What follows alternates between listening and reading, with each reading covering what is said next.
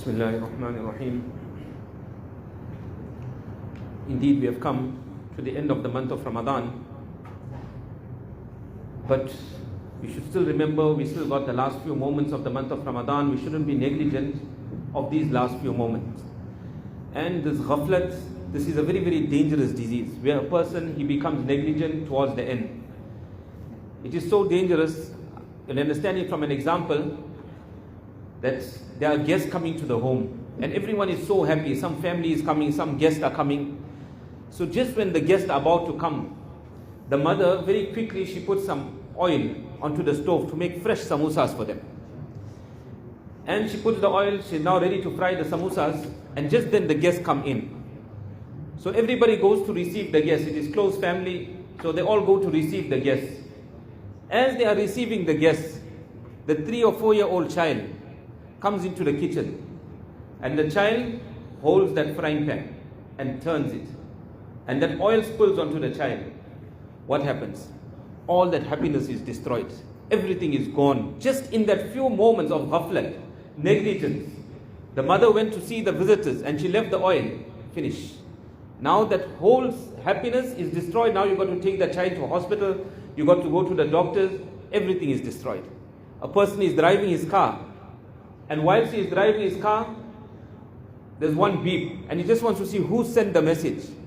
And he goes to see the message, and little does he realize there's a car in front of him. And what happens? What is the result of it? A person that is working somewhere in the corporate world, or wherever it might be, not only in the corporate world, and one female, one joke, just makes one joke or one smile, and finish. That's the end of it. Everything is destroyed. So this is ghaflat. So when we come to the end of the month of Ramadan also, if this ghaflat has to set in now, that now Ramadan is over, I can sit, I can talk, I can joke, Ramadan is over, Quran Sharif Khatam is over. What we have gained in the entire month of Ramadan, in few moments we can destroy everything also. Little bit of ghibat here, little bit of joking there, opening the phone here, finish, everything is gone. So one is we do amal, and the second is to protect that amal and to bring it tomorrow on the day of Qiyamah. Man ja'a bil hasana. Quran says that person that brings his good deeds and he comes to Allah tabaraka wa ta'ala on the day of Qiyamah, those good deeds will be of benefit to a person. Otherwise we do good deeds and we can destroy it also. Continuing with what we discussed yesterday, just 1 or 2 points, and inshallah we'll finish off. Many years ago, initially we know 30, 40 years ago, when we used to eat chickens, the chickens that we used to eat was the slaughtered chicken. And that is the bony chicken, and very little fillet chicken, the white meat comes out of the actual chicken itself. There's not much chicken. Today the demand of white meat and fillet chicken is so high, it is so high. The amount of chickens that we have, can we actually meet those demands? Many a times it is absolutely impossible to meet the demand. The youngsters that eat, they only want to eat white meat. Everybody wants white meat. But the demand is so high. So many years ago, when this white meat started, this fillet started, it's about 30, perhaps 30 years ago, plus minus. So there was a supplier that was somewhere in the Durban area. And he was known. People from Pietermaritzburg, they used to go there. And they used to buy the fillet from there and they used to bring to Pietermaritzburg. So one person, he phoned him and he asked him, he said that this fillet that you're selling, is this halal? So he got very offended, he got very angry. And he said that the whole of Durban is buying from me. Nobody asked me this question. Who are you to ask me this question? If you don't want to buy, don't buy from me. But don't come and undermine my authenticity here. What I'm selling is 100% halal. As Mohammed Hamid Saheb, he mentioned some years back, he said that all this fillet, and that was early bird fillet. The fillet was coming from Early Bird Farms. Early Bird Farms was in Standerton at that time. So there was a Maulana Ismail Khan that was working there. In Center Mosque, we all must know Jais Khan. This was his nephew, Maulana Ismail Khan. So one day, Maulana, when they slaughtered the chicken and they had the fillet that was kept there, he came and he saw that the fillet was so little. How come the fillet is so much? All of a sudden, it was now extra, it expanded, so to say. So he was wondering what happened here. So then he followed it up and he found that they're injecting the chicken. They're injecting brine into the chicken. So what happens now? It expands. Instead of having 1 kilo, you will now get 2-3 kilos. So there's much more profit. So he went to the administration of Early Bird at that time. And he told them that, what are you all doing? You all are injecting brine into this white meat. So they said, and you know that this is cancerous. So they said, we're not worried about that. Whether it's cancerous or whatever. Our objective here is to make money. So we will do whatever we can to make money. Whether people are destroyed or whatever happened, that is not our business. So see what they were doing to the chickens. In Azadville, there was a time where there was a shortage, there was no white meat. As I'm saying, the demand is so high, we cannot meet the demand. The suppliers, they cannot meet the demand. So there was one person that was selling this fillet chicken, the white chicken. And he was supplying all the butchers that were in Azadville. He was supplying the Darulum also, and he was supplying all the houses also. And people privately used to buy, they used to go and supply all the homes. After that, they found out that this person is buying the chicken from a kafir, from a white man. So initially they were not sure, they were not 100%. So they decided to track him up. So one day when the truck came to deliver, they went behind the truck and they caught him with the chicken. So they said, where are you getting this chicken from? So it was from the white man. He finally accepted that he was selling haram chicken. The Darulum also had the haram chicken. The butchers also had the haram chicken, and all the houses, the ulama also were eating the haram chicken. It is only from that point onward, then the Darulum decided, they appointed one alim from the madrasa, that we're not to buy chicken from anyone else. That alim must now go to the farm, and he must slaughter the chickens himself. He must go to the abattoir, and he must slaughter the sheep also himself, and the cow also himself. So everything from that point onwards now was slaughtered by this particular alim that was working for the madrasa. Hazrat Mohammed Saheb down Barakatum, he said that in his time, when they were studying in Mia's farm, so in Mia's farm at that time, there was one person, Yusuf Bhai. So everyone knew him. I don't know which area exactly he was from, Germiston or where he was from. Maulana was initially from Germiston. So this person used to come somewhere near Mia's farm, where he used to slaughter all his chickens. So everybody, the whole town where he was living, at that time the communities were small, not so big like how we have today, small communities. So everybody was buying their chickens from Yusuf Bhai. So Maulana Abdul Hamid Saheb and them, they used to also go there, and sometimes they used to help him. On a Friday they used to get off, so they used to go and they used to help him. So one Friday they went there, they saw the boy is slaughtering the chicken. So they said, Yusuf Bhai, what's this? That the boy is slaughtering the chickens over here? So he said, I also get tired. What must I do? So when I get tired, I tell him to slaughter. So see how particular we need to be in regards to the meat that we are eating. One person now, just last year I'm talking about. Last year, one person, he had some rodents, he had some rats in the house. So he called the pest control to his house that come and attend to this. So when the pest control came, they attended to it. So they started speaking to the owner of the house. This person who was from the pest control, he starts speaking to the owner of the house.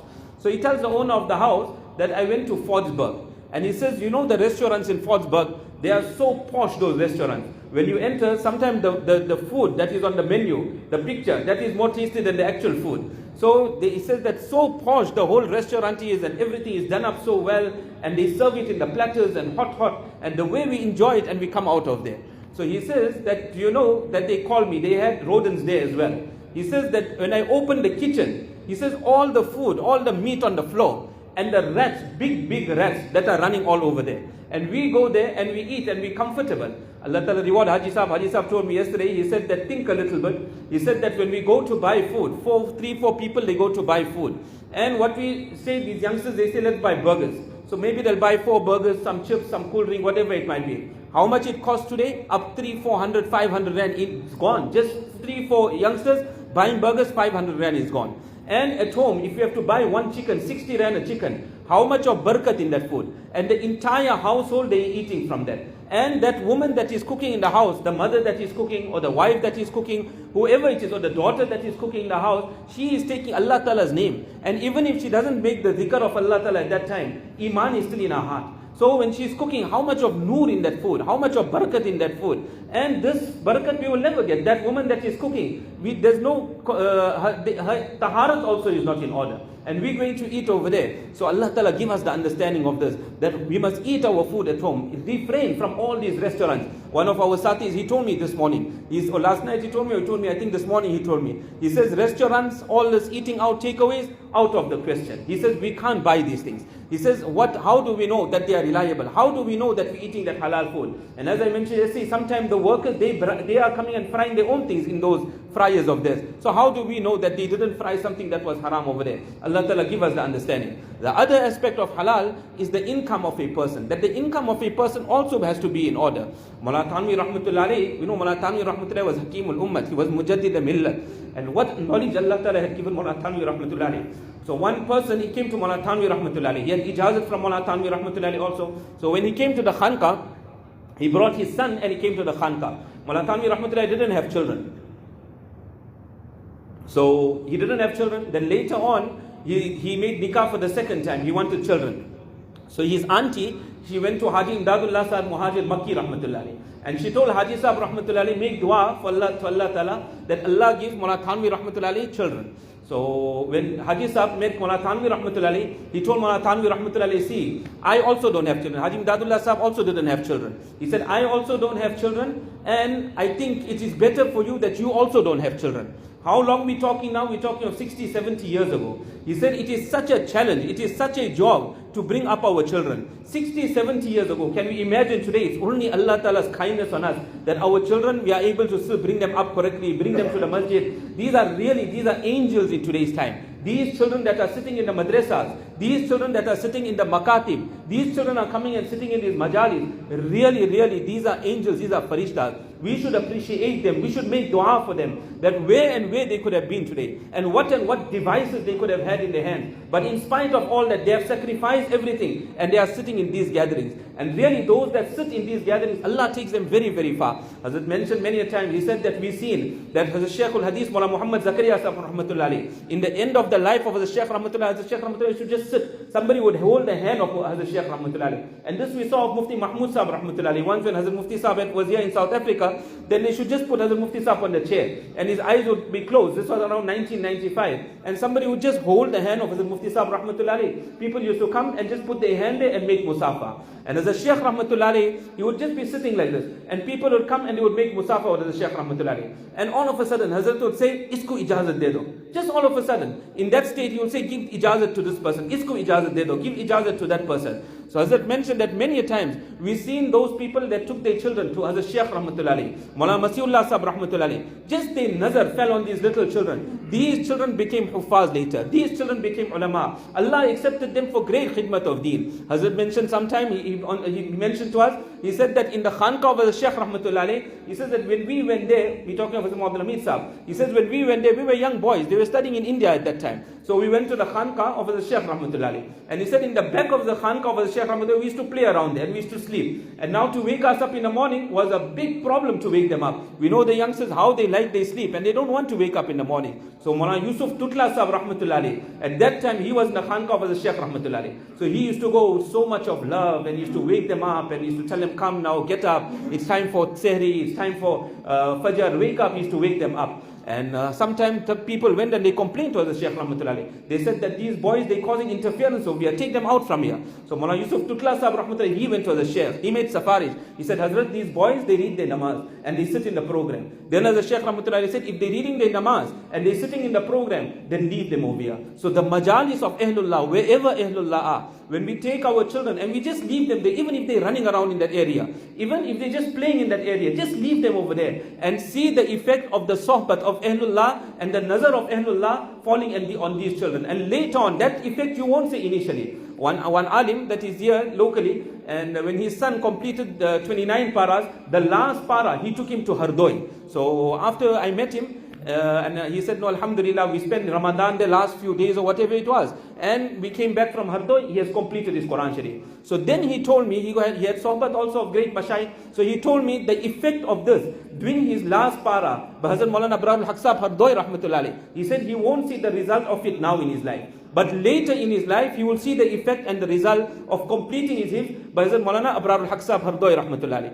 So we started by Maulana Thanvi Rahmatullahi, didn't have any children. So Hazrat Thanvi Rahmatullahi then said, he said that I also choose your way, Hazrat, that I also don't want children. So till the end of the life of Maulana Thanvi Rahmatullahi, he never had children. So sometimes his murideen, they used to bring their children to the Khanqa. And Hazrat used to want to play with the children also. You enjoy. There's so much of enjoyment when you play with children. There's so much of barakat they bring in your home also. In every way they bring barakat. They bring happiness in our homes. So nevertheless, this one youngster, he came with his father to the Khanqa of Hazrat Thanvi Rahmatullahi. At that time, the rule in India was that any child that was under the age of 12, then he would pay half ticket. And any child that was over the age of 12, then he must pay the full train ticket and come. So when they came, then they sat in the Khanqa of Hazrat Thanvi Rahmatullahi. In today's time, we don't even ask these things. So Hazrat Thanvi Rahmatullahi asked him the first question. He said, see, you came to the Khanqa. I want to know this child that you brought, that how old is he? So he said, Hazrat, he is actually just over 12, but he looks like he's under 12. He is just over 12, but he looks like he's under 12. So in other words, he's supposed to be paying full ticket. So Hazrat asked him, he said that, how much did you pay? At the railway station, how much did you pay? So he said, I paid half ticket. So Hazrat Tanvi Rahmatullah said, I gave you ijazat. I trusted you. That is why I gave you ijazat. That ijazat, he took it back. He said, you no more my Khalifa. And he said that now you're not worthy anymore of this position. You have deceived the railway department. And if you deceive them, then tomorrow in matters of deen, you can deceive here as well. Today earlier we mentioned Hazrat Maulana Inamul Hasan Saheb Rahmatullah, that when Hazrat came one day to the platform, and he came with a few people, so Hazrat asked them, he said, platform ka ticket le liya? Have you bought the platform ticket? So they said, Hazrat, we didn't buy the platform, or whatever they told Hazrat. So Hazrat Rahmatullah said that the railway station, the railway department, it belongs to the kuffar. They were ruling over India at that time. So it belongs to the kuffar. And you have robbed them. So he said that the kafir, tomorrow you can't transfer your good deeds over to him. So he said, inke gunaho ka boj or inke kufr ke boj aapke sar par dal diya jayega. All that will be on your head tomorrow on the day of Qiyamah. So a person, there's no getting away. Even a kafir, he deceives a kafir in this dunya. By Allah Ta'ala, there's 100% justice. A person will be taken to task tomorrow. That is why if Allah gives us a chance, our matters, we must sort them out. We saw our mashayikh, that they had certain differences with certain ulama. They went themselves. They read namaz behind them. They got up and they asked them for maaf. They sorted all their differences out. And that is how we must be. Once we got a chance in the really, there's no humiliation in dunya. Little bit problem, little bit humiliation we go through, we are nothing. 1-2 days and it's over. But real humiliation is on the day of Qiyamah. And on the day of Qiyamah, everyone from Adam alayhi salatu wasalam till the last person, he will be present over there. And everything on the big screen. And if a person is humiliated on that day of Qiyamah, what face will a person have before Allah Ta'ala, before the entire creation of Allah? Allah Ta'ala give us this understanding. One youngster, I don't know him also, but he phones every 2 weeks or 3 weeks, he phones. And I've never met him, I don't know who he is. So he told me, he phoned me about a month or 2 ago, and then he told me, he said, see, my uncle, I don't have a father, but my uncle got sohbat of Ahlullah, of the friends of Allah Ta'ala. But he says that he came to my house, and he says that he tampered with the meter. He tampered with the electricity meter. So he says, is this right? So I said, how can it be right? You are now deceiving the electricity department. So he said, okay, I will tell my mother. So he went to his mother and he told his mother, see, this is wrong. What we're doing is totally incorrect. We're deceiving the electricity department. We know that they are stealing perhaps in millions. They are not fulfilling our right. But what we have to fulfill, that we must do in full. And what right they owe to us, that we must ask from Allah Tabaraka wa Ta'ala. Allah Tabaraka wa Ta'ala will take care of us.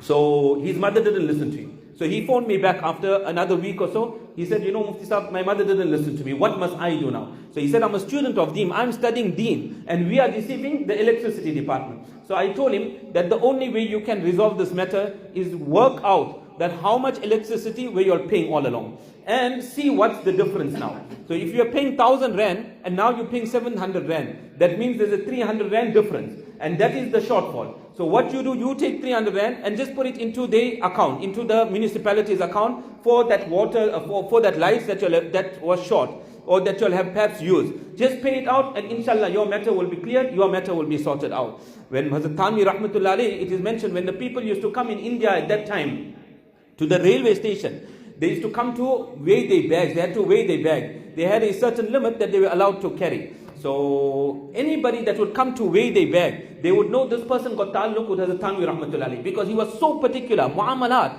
it must be 100% in order. That here many a times we lack in our business dealing. In namaz we are there, roza we are there, hajj we go also, zakat also we discharge. But in our business dealings there is some deficiency that is there. And we many a times think that this is not part of deen, whereas it is a very, very important part of deen. The food that we are buying, what is going into our stomach, all this is of absolute importance. So at the railway station one day Hazrat Tanvi Rahmatullah alayhi came. So he went with his bag and he told them to weigh the bag. So that person knew Hazrat. So when he saw Hazrat, he said, you don't worry, you carry on. So Hazrat Tanvi Rahmatullah said, what do you mean I must carry on? He says, I'll speak to the conductor that must allow you, don't worry, don't hassle you. So Hazrat Tanvi Rahmatullah said, where is the conductor going up to? So he said, no, he's going up to a certain station. So he said, and from that station what happened? So he said, another conductor is going to come on. And I'll tell this conductor that he must inform that conductor not to hassle you. So Hazrat Thanvi Rahmatullah said, up to which point is that conductor going? So he's going till the last point that the train goes, and you're going to get off there.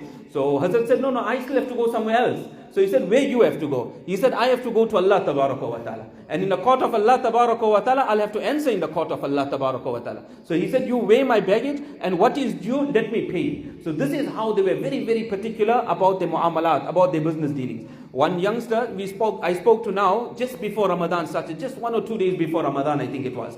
So he was a Hindu boy and he accepted Islam. He got married to a Muslim girl, and this is some time back that he got married and all. I only met him now for the first time. I didn't meet him in person, but over the phone, he phoned me. So I was speaking to him. So then he tells me, I'm an electrician, but he didn't have a job. So he was going through some difficult times.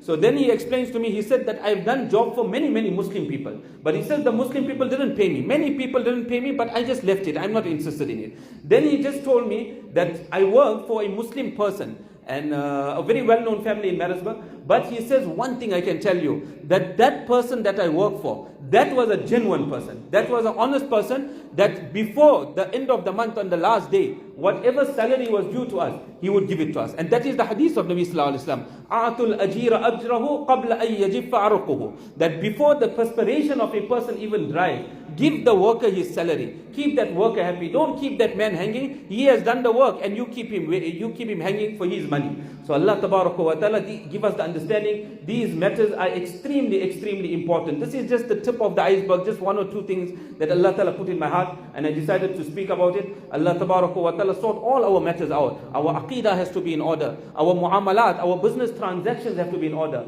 Our mu'asharat has to be in order. That how we deal with other people. Our akhlaq, our character has to be in order. At home with our wives, the way we are with our wives. Yeah, mashallah, everyone is a buzruk. And here everyone is a pious person. But at home really, how are we with our wives? How we are with our children? If they, many a times our Hazrat mentioned, he said that if your wife can give you NOC, then you are somebody. NOC, no objection certificate. That she got no objection, this man is somebody. And nobody will even get it also. But if your wife can really give this certificate, no objection certificate, that this is a man, then a person, he will get somewhere. So our mu'asharat, our akhlaq has to be in order, and our ibadat has to be in order. When all these departments are in order, now a person has come fully into the deen of Islam. Now a person will be considered as a true Muslim. Allah Ta'ala give me the tawfiq and all of us the tawfiq, inshallah. Bismillahir Rahmanir Rahim.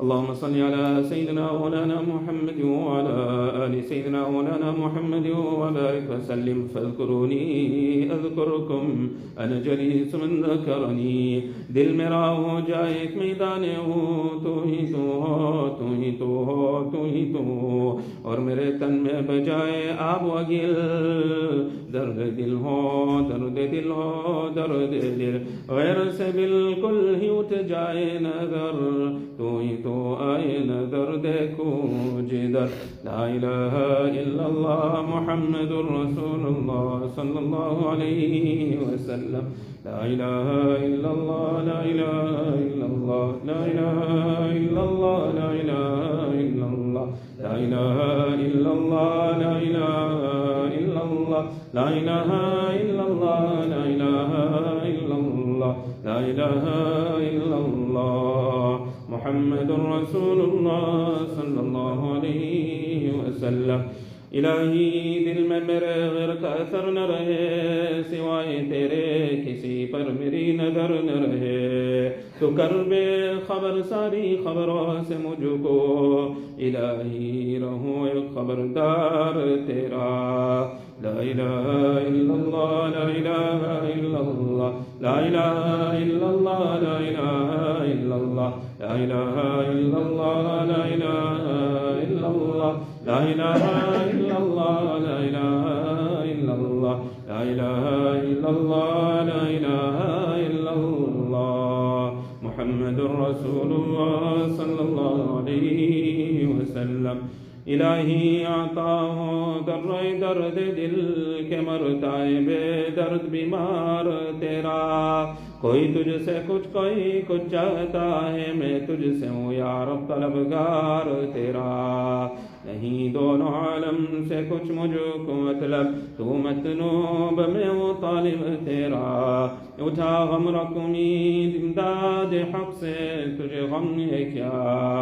لا الہ الا اللہ، لا الہ الا اللہ، لا الہ الا اللہ، لا الہ الا اللہ، لا الہ الا اللہ، لا الہ الا اللہ، لا الہ الا اللہ، لا الہ الا اللہ، لا الہ الا اللہ، لا الہ الا اللہ، محمد رسول اللہ صلی اللہ علیہ وسلم۔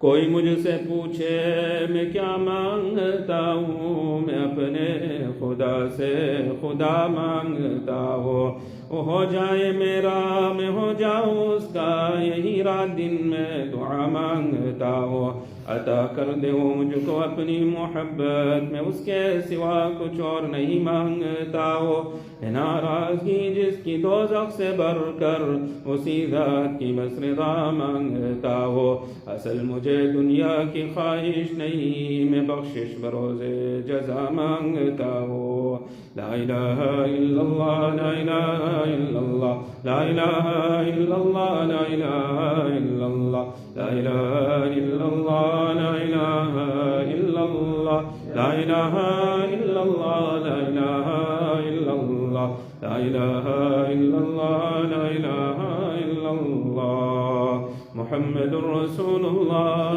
صلی اللہ علیہ وسلم۔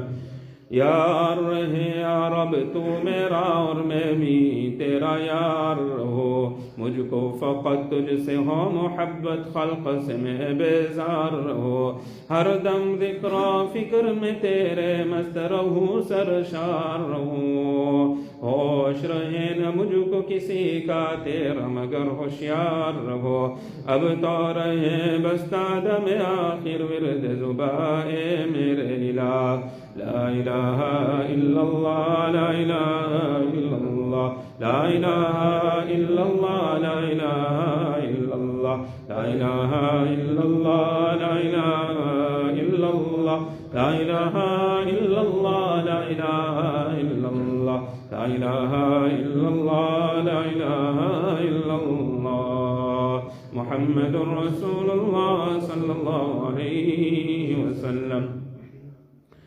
نرائے مستانہ خوش میں آئے دم، تابد جانا چلی می بائے دم، اللہ جل جلالہ تعالی شانہ، اللہ اللہ اللہ اللہ اللہ اللہ اللہ اللہ اللہ، کیسا پیارا نام ہے، عاشقوں کا مینا اور جام ہے، اللہ اللہ اللہ اللہ اللہ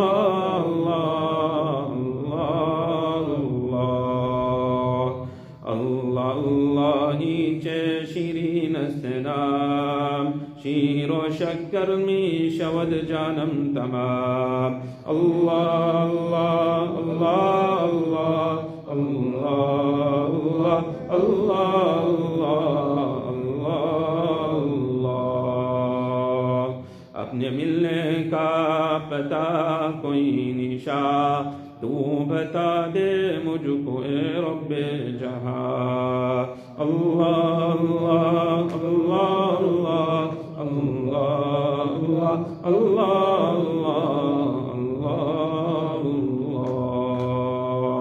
كل من عليها فان ويبقى وجه ربك ذو الجلال والإكرام، الله الله الله الله الله الله الله الله الله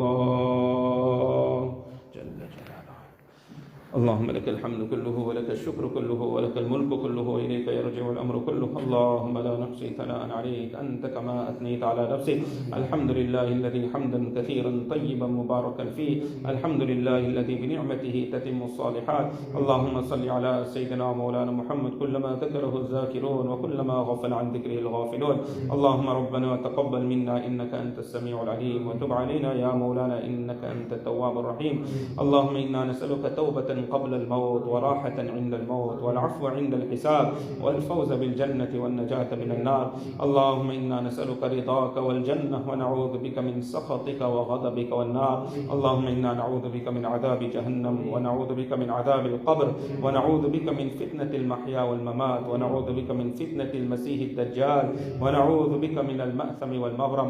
اللهم إنا نسألك من خير ما سألك منه نبيك محمد صلى الله عليه وسلم، ونعوذ بك من شر ما استعاذك منه نبيك محمد صلى الله عليه وسلم. وأنت المستعان وعليك البلاغ، ولا حول ولا قوة إلا بالله العلي العظيم. جزا الله عنا محمدا صلى الله عليه وسلم بما هو أهله.